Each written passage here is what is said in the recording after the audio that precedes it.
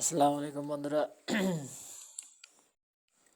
আপনারা দেখতে পাচ্ছেন যে আমাদের আহ, কাঠ সেন্টারিং এর কোডিং কলম চলতেছে। তার কারণে আপনাদেরকে দেখাচ্ছি এটা ঢালাই দেওয়া হয়ে গেছে। আর এই দেখুন যে ঢালাই দেওয়া কাঠ সেন্টারিং আমাদের কেমন কলম হয়েছে আপনারা সেটাও দেখতে পারতেছেন। যে আমাদের ঢালাই দেওয়া হয়ে গেছে কাঠ সেন্টারিং আমাদের ফুটিং কলমও করা শেষ। আপনাদেরকে ঘোরায় দেখাচ্ছি যে আসলে কাজটা কেমন হয়েছে, আপনারা দেখতেই পারতেছেন।